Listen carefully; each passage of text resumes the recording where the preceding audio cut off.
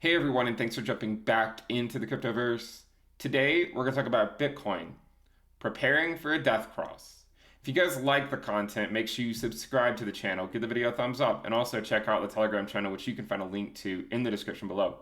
We will end the sale on the premium list at the end of this week, so if you guys want to lock in the lower rate there, make sure you check out the link in the description below. You'll get access to weekly reports and videos, the Telegram alerts channel, the Telegram chat room, the risk dashboard. Check out the website, which you can find a link to in the description below if you want to get a sneak peek as to what that looks like. Now, when we talk about golden crosses and death crosses, it tends to elicit an emotional response from people. And I think the reason is because, well, does it mean it's going up? Does it mean it's going down? What does it mean? And in this video, I'm just going to be showing what has happened in prior crosses. Okay, so I'm not projecting my own opinion on anything. I'm just showing you guys that Bitcoin is going to get a death cross. Okay, it is going to get one. I've seen all sorts of things through the cryptoverse about how they're going to avoid each other, but I'm here to tell you guys the probability that these moving averages avoid each other is relatively small. Okay, it's relatively small. The price of Bitcoin would have to increase by a very modest $1,250 per day on average for us to avoid it. So if we go up $1,250 a day on average for the next several weeks, then congratulations, we'll avoid the death cross. But we have to also prepare for, well, what happens if it doesn't move up $1,250 a day? Well, we're going to get a death cross. Now, should you be scared of a death cross? Well, I think one of the things we need to look at is, well, what has happened previously with death crosses? Okay, forget what Ben thinks, right? I've often said it really does not matter what I think about the market. My feelings on the market are irrelevant. If I were a day trader, I would lose money. Again, my feelings on the market are irrelevant. Let's just stick to the data. Let's stick to the chart and just see what has happened in the past when we had a death cross. Okay, so there's two types of death crosses in my opinion. Okay, there's a death cross that can come during an accumulation phase, which the only reason they're crossing is because, well, I mean, the price of Bitcoin is just more or less going sideways, and natural volatility is going to cause golden crosses and death crosses to occur. Okay, so this is one type. But there's another type of death cross that's not in an accumulation phase, and it comes after a fairly substantial move to the upside. And what I want to do is I want to break down what has happened in prior death crosses. And a lot of times it might be the opposite of what you might think in the short term, at least. Okay, so let's break that down. So, the last time we had a death cross after a fairly significant move to the upside was back in 2019. Okay, we're not going to include this one. This was just what I would consider to be a reaccumulation range. But this was a move that in fact took Bitcoin out of its logarithmic regression band. We had a death cross, but what happened with the death cross? The price didn't go down. The price of Bitcoin didn't go down on the death cross. In fact, it pumped about 42% or so. I mean, it depends on exactly where you measure it from, if you go to the wick or just the body of the candle. But let's just say around 40% pump. If you go to the top of that wick, a 40% pump or so, that took people off guard. Okay, death cross. It seems like, okay, well, if it's a death cross, it implies the price should go down. I should say the general trend stayed the same. It took us a few more months to get back on course. And in order to put in, let's just suppose that this were the all-time high for Bitcoin at the time. We know it wasn't. We know Bitcoin went to 20K in 2017 or just shy of 20K. But let's just suppose this was the only chart we had, and we looked at this top here. How long did it take Bitcoin to put in a new all-time high after the death cross? So after the death cross, how long did it take? Well, it took around a year. It took around 1 year for Bitcoin to put in a new all-time high after the death cross. Okay, again, it's not Ben's feelings on the matter. I'm just the messenger of the data. Don't hate the messenger, hate the data. Okay, don't hate the messenger.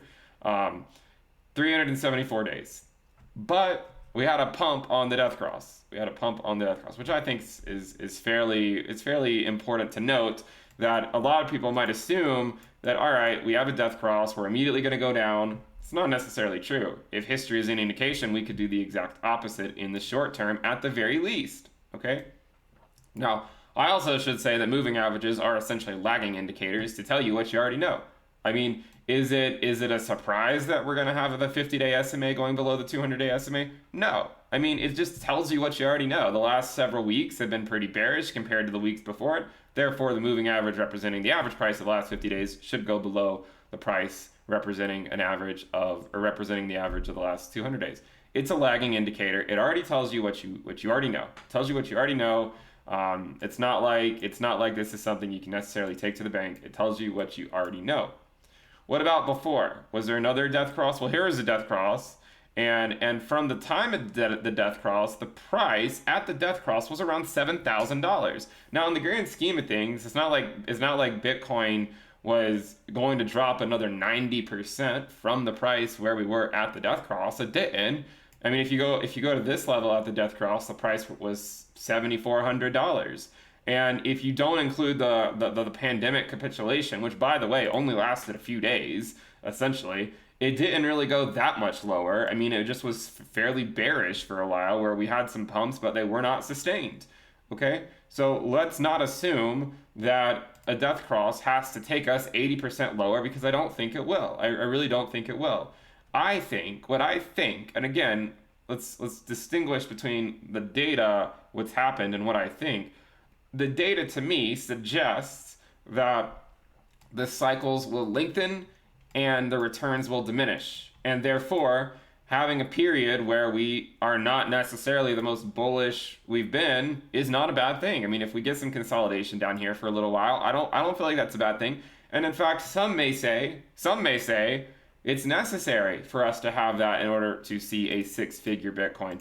If in fact Bitcoin does get a fairly sizable pump in the short term, I would probably assume that the ultimate market cycle top would be lower than it otherwise could have been had Bitcoin consolidated for a few months. Like similar to 2019. I mean, we had a move up, and then we had a move up, and then we consolidated for a little bit, and then we had another move up, and then now we're consolidating for a little bit. And I just think we're ultimately going to have another move up, but the death cross is just indicative of sentiment in the market that we're already fully aware of. We had one here, and we're probably very likely going to get one here. Now, this one took about a year to put in a new all-time high. After this death cross, in order to get back up to this level, how long did it take for us to put in a new all-time high? So from here, from the death cross, it took us about 1,000 days. Okay, and this is why I'm saying I think we need to make a key distinction between what is a potential market cycle top versus a potential local top. Now, it's my understanding that my thinking here is that this is not a market cycle top by any stretch of the imagination, but it is a local top that could provide a decent amount of resistance for a while, but not 1,000 days. Okay, I don't think it's going to take 1,000 days for us to get back above these levels.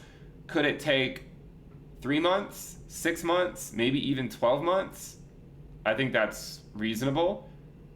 But do I think it's going to take 3 years? No, I don't. And essentially, I'm just trying to understand where we are in the grand scheme of the market cycle to recognize, hey, it seems like there's a decent chance that while we may have a consolidation phase that could last for a while, it's not necessarily the market cycle top.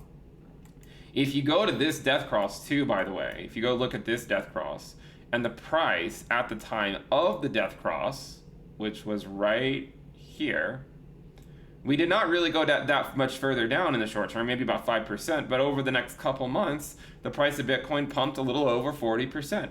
So again, the trend stayed the same, and things were somewhat bearish, and yes, we maybe dumped another 40% or so, ultimately, before finding the bottom. But the overall trend stayed the same. The same thing here. I mean, we got a nice pump here, 40%, but the trend stayed the same. To give you an idea, what would happen if Bitcoin did pump 40%? Where would it take it? 40% pump would take us to 50K. Okay, so don't necessarily think that a death cross, even if we do get one, which I think we will, don't assume that means the price has to immediately crash. There's a non-negligible chance based on past data that in fact it does the exact opposite in the short term. of what you might think. Okay? So we go further back. We go to 2013. We had a death cross right here. How long did it take from that death cross for Bitcoin to put in a new all-time high? How long did it take? Let's go look. We're just going to take this move here. And from the death cross, which was here, you can see we actually we had a capitulation on that day, basically of the cross, and then we had a pump up here. But in order to put in a new all-time high from the prior one, it took us about 1,000 days. Okay, but this pump in the short term was around 100% move.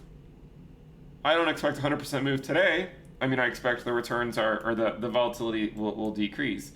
Now we go back to the other one. We had one more right here. This one didn't take nearly as long to get right here to get a new all-time high. In order to get back up to this level, it took around 513 days.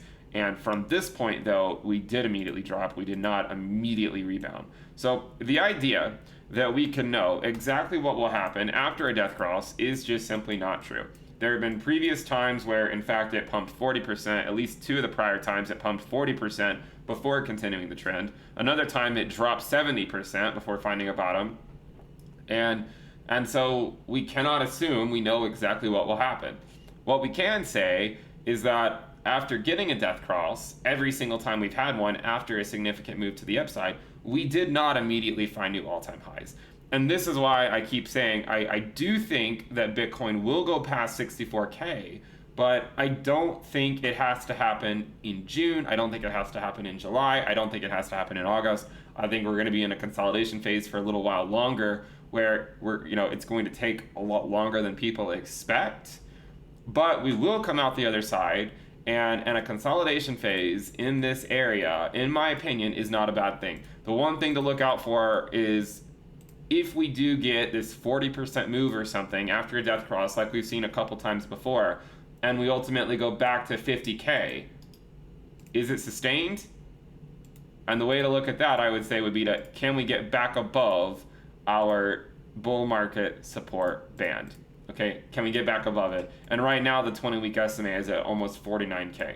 So if over the next few weeks, we're able to pump back above the bull market support band and hold it as support, then it changes the game. It changes the game. This is what you need to look out for. We've seen these pumps come after a death cross before. Is the death cross does it necessarily mean we have to be in a consolidation phase for 6 to 12 months? No, of course not. I mean, Bitcoin can do whatever the hell it wants. And again, I'm not telling you my opinion on the matter necessarily. Well, I guess to some degree I am, but I'm also just showing you the data as well and to show you what has happened when we've had prior death crosses. How long did it take for us to put in new all-time highs? Did it happen the next month or the next week? No, it didn't. It took a while. And that's what I want people to understand. Even if you assumed that 14K were the local top or the global top here and just ignored all the data that came before it, in order, from that death cross that we had, in order to put in a new all-time high, and again, this is just assuming that 14K was the all-time high at the time, from that death cross, it took about a year. It took about a year. I'm not saying it has to take that long. I mean, this was the shortest time really it had taken after a major move, but again, this was not this was only about a 4x or so. I've always said that each market cycle will have its own characteristics. I think that's true. We cannot look at any prior cycle and assume that it's going to play out exactly the same way. I've noted many times there are a lot of similarities between this market cycle and the one 2 cycles ago. The main similarities in it being that it's a major double peak cycle. However, we also recognize that the time between these moves has been significantly delayed this market cycle. So I think all of this paints the same narrative that a consolidation phase for a while, in order to gain the momentum we need to move back to, or up to 100K, is not the worst thing in the world, and that we also know that a death cross is coming. Typically, it does not signal that we're going to get an immediate new all-time high. If you guys like the content, make sure you subscribe to the channel, give the video a thumbs up, and also check out the Telegram channel, which you can find a link to in the description below. Remember, also, we have the sale on the premium list for the remainder of the week. If you want to lock in the lower rate, make sure you do so. You can keep that rate as long as you don't cancel. You'll get access to how I'm navigating the market. Thank you guys for tuning in. Definitely subscribe to the channel, click the bell icon to turn on your notifications, and I will see you next time. Bye.